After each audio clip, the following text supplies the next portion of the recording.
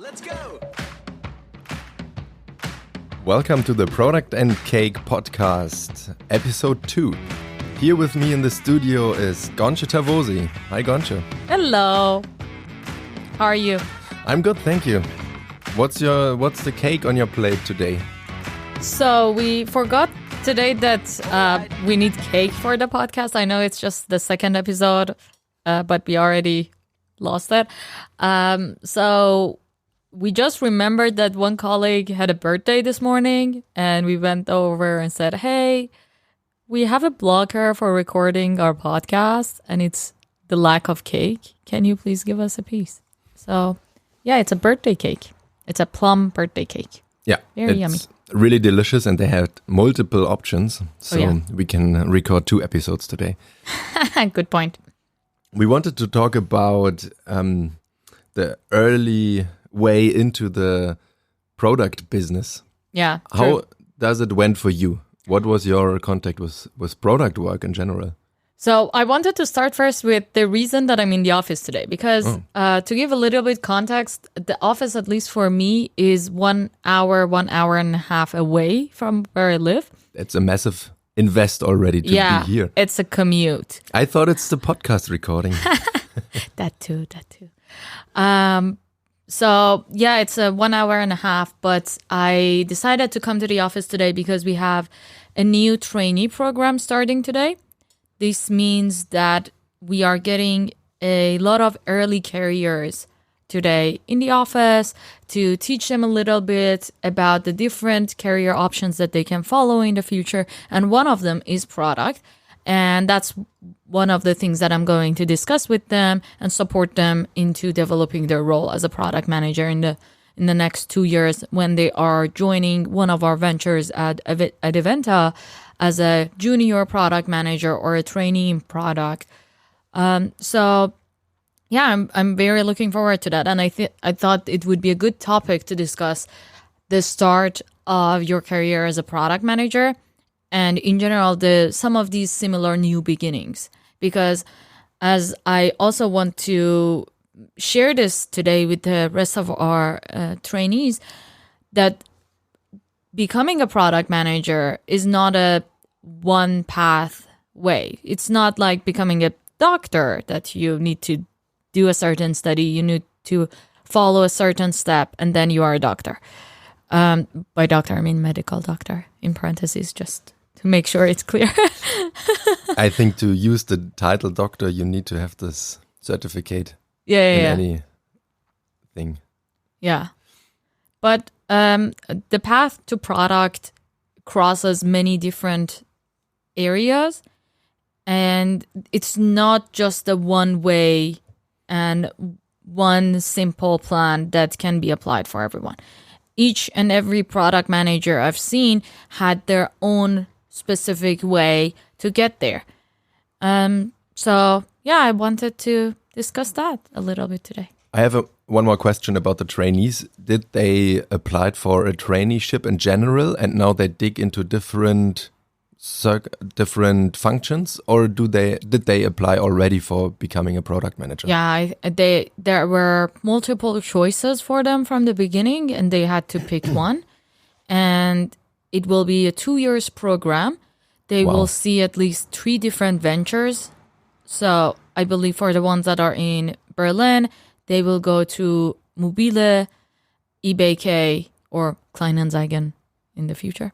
Mm-hmm. And one other venture, I don't know which one, I think they need to pick at the end of these 2 terms. And they can be in product, advertising, marketing, tech, and so on. Nice. That's super awesome.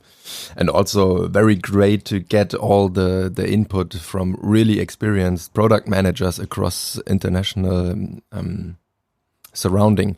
Yeah. So we have a lot of colleagues that coming from other marketplaces, from other Winter ventures, and super nice to have this international exchange here. Yeah, that is true. And you are becoming now one of their mentors here at Mobile.de. Yes. And they will go to your hard school of being efficient. Yeah, I'm having the honor to become one of their the trainees mentor, and I will be by their side throughout these 2 years. So the way that it is planned is that each person gets at least 3 person for support.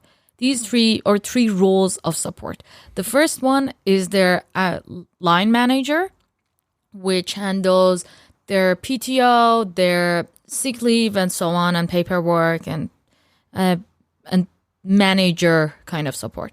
The second person is the topic lead, who gives them tasks on a daily basis, walks them through specific areas, and this person changes during these 2 years. There will be at least 3 different people who are going to be the topic lead. And the third role is the mentor that also stays as a one person throughout this whole 2 years and is there for any needed support, for any extra support on top of their line topic lead. And if you imagine you are now 2 years in the future, and what would be the one thing you want to be proud of if you're looking back to your mentor time? Ooh.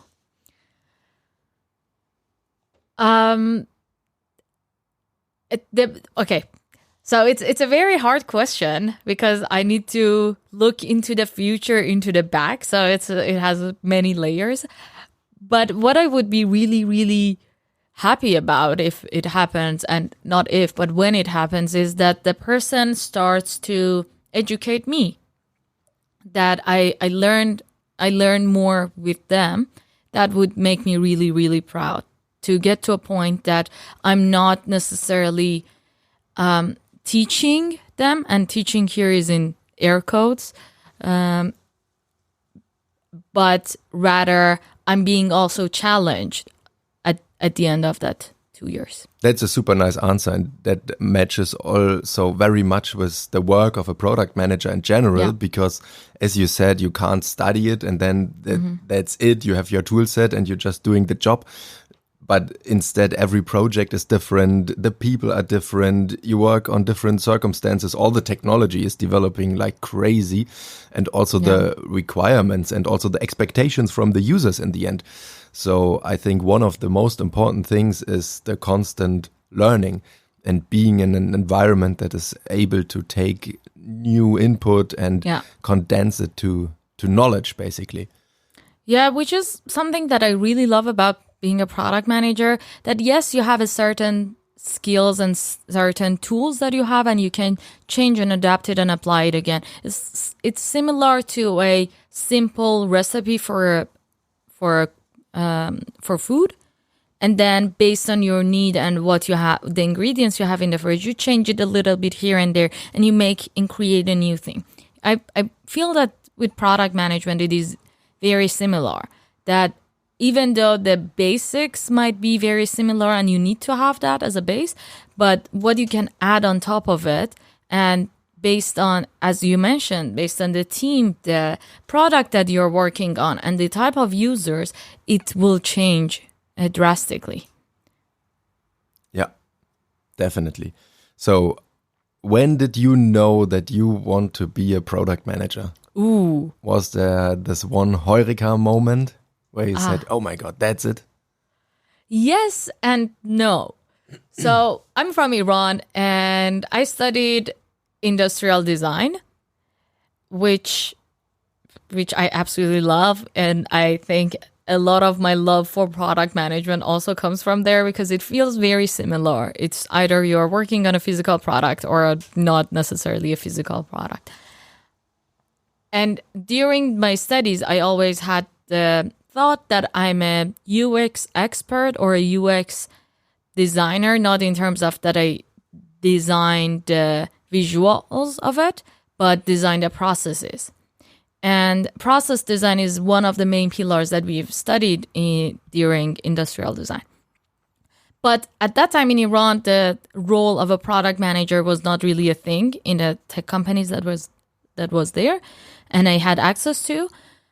So I didn't really understand that, oh yeah, this is the role that I want to have and that's the title. I knew what I wanted to do, but I didn't have the name. So yeah, it was kind of a weird match between what I wanted to do and, okay, let's figure out what can I call this role and how can I apply to jobs. And also it started with me starting my own startup that I learned, okay, I can actually create this role and it's going to be me. So, and then after that, it got a little bit more known in the industry and I could actually change from the startup that we failed to another company that role already existed. Interesting. Yeah, my way to working more with product was similar, that I found my own startup and then, more or less accidentally discovered that there should be one person who's really thinking about the product and is not so deep into all the special functions like design or tech. So to have the overview basically and to help the people to understand why certain things are necessary and which order is most important or how the priority should be. Because if you are really deep into tech, for example, that was my background as a developer, then it's difficult to have all the different requirements in mind. So I worked with a lot of different product people, good and bad ones. And then when I joined mobile.de, it was for me the first time that I discovered there is a whole function of a lot of people just looking for product. And that's where I realized the first time what is behind all of the product work. Because in the past, it was often for me that I thought, okay, there's someone who's writing tickets, right? Yeah. That's the perspective from the easy perspective as an engineer. There is someone writing my tickets and asking me if it's done. But what is for you the magic or the spirit in product management beside writing tickets and basically managing a to-do list for other people? That's maybe just the surface. Yeah, that is one way of looking at it. But I think the main point of being a product manager is being a true intersection between multiple areas. So it's not necessarily, as you mentioned, that you have deep knowledge about the business or deep knowledge about the tech, but you are in the middle and try to have a holistic view and sometimes zoom in to the nitty-grittiest detail and sometimes zoom out to the whole view of an industry, of a country, or of how something is impacting the whole world within your product. And for me, that's the magic, the ability to zoom in and zoom out very quickly and to be a true intersection between multiple functions. Yeah, definitely. That's super important, and also protect the team against changing requirements. That's something for me, especially in talking with different functions, to help streamline all the ideas and thoughts and crazy things that could be done, but bring that one into an order and also explain to all other functions why things take time or are more complicated. Yeah, that is true. I would also add the tag of a facilitator and an evangelist. I know I'm giving myself too much credit here, but I think it is extremely important. Totally earned. that you facilitate some of these conversations because it often can happen that externally the engineering team or the marketing team might not necessarily have a lot of understanding of what the other one is doing. And you can facilitate this conversation that, these are the priorities that the tech team has, these are the priorities that marketing has at this moment, and how those two can overlap and how all of those together are moving towards the same goal. We are all looking to the same North Star, but from different angles. And a facilitator here, and in this case, I consider it a product manager, can make this conversation a little bit more easier. Yeah, that's a good point. So if you would imagine that you are now in the very early of your career, even one step before the trainees that are starting today here at Mobile or at Adevinta, and someone is asking you, what are the top 3 things I should consider or deeply understand for myself that this is something I want to work with, so it would be valuable for me to go into the product manager direction? Or in other words, if I would ask you, should I become a product manager? What are the top 3 things I should look in myself that would help me later in this role? Very good question. So, I think, and we're talking to a lot of other product managers, I think product is a role that passion is extremely important in it. You need to have the passion to dig deeper into things and sometimes not accept the first answer that comes up as the baseline and try to dig deeper. And that comes with that needs a lot of passion for this specific role. There is this joke between the product managers, or in general the product community, that being a product manager is constantly moving between Dunning-Kruger effect and imposter syndrome. You're constantly going up and down, like, I don't know anything, I'm the best in the world. It sounds like startup life. Yeah, exactly. And this is, I don't think that's going to end anytime. As a product manager within your career, this is always going to be the struggle, at least to the point that I am right now, and with the talks and conversations I had with other product managers that are above me. But yeah, I would say passion and problem solving. So the look and the hunt for getting the answer. Yeah. Very good points. What do you think? What would be your answer to this? Yeah, I think passion is one of the very good answers that is absolutely necessary, and that belongs, of course, also a lot to the product you are building. So you should maybe, especially early in your career, find something you are also behind and you want to have that product realized. Yeah. This is one thing, and I would also add the what you already mentioned, the willing to facilitate complicated conversations. Yeah.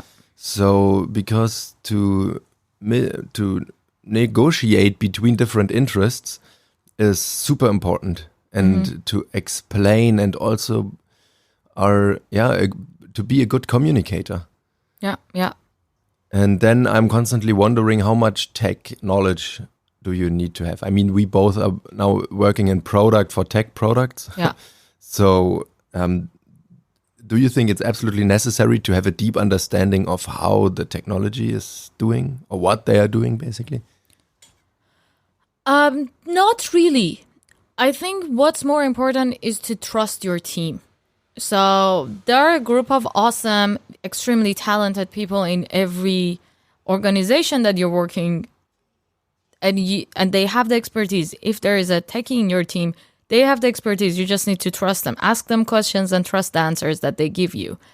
If you do not trust the answers that the tech team is giving you, for example, with the estimation, I hear this a lot, that, I cannot really trust the estimation that the tech team is giving me. They're always adding a week extra to estimations. Like, I think the issue is somewhere else. The issue is not that the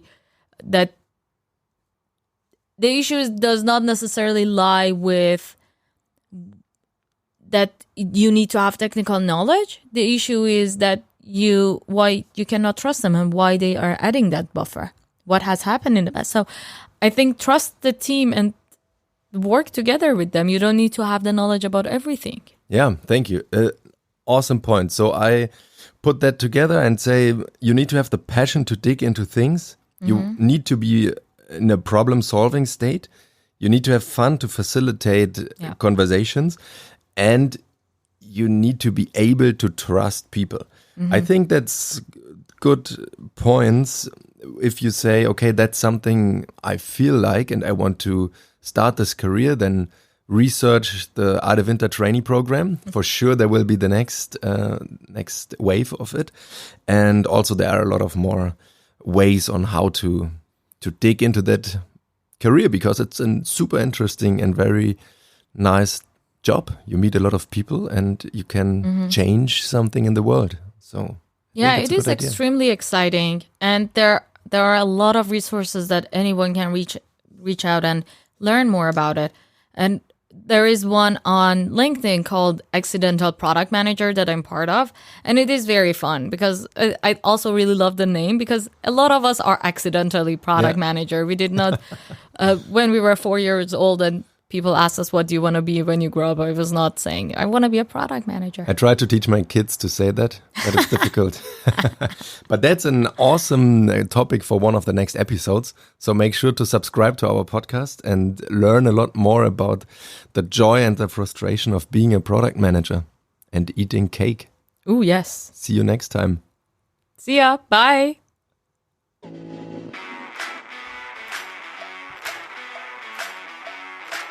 Okay, the outro music is longer than I was expecting. I really like this outro music. Yeah, it's for another podcast from mobile.de, so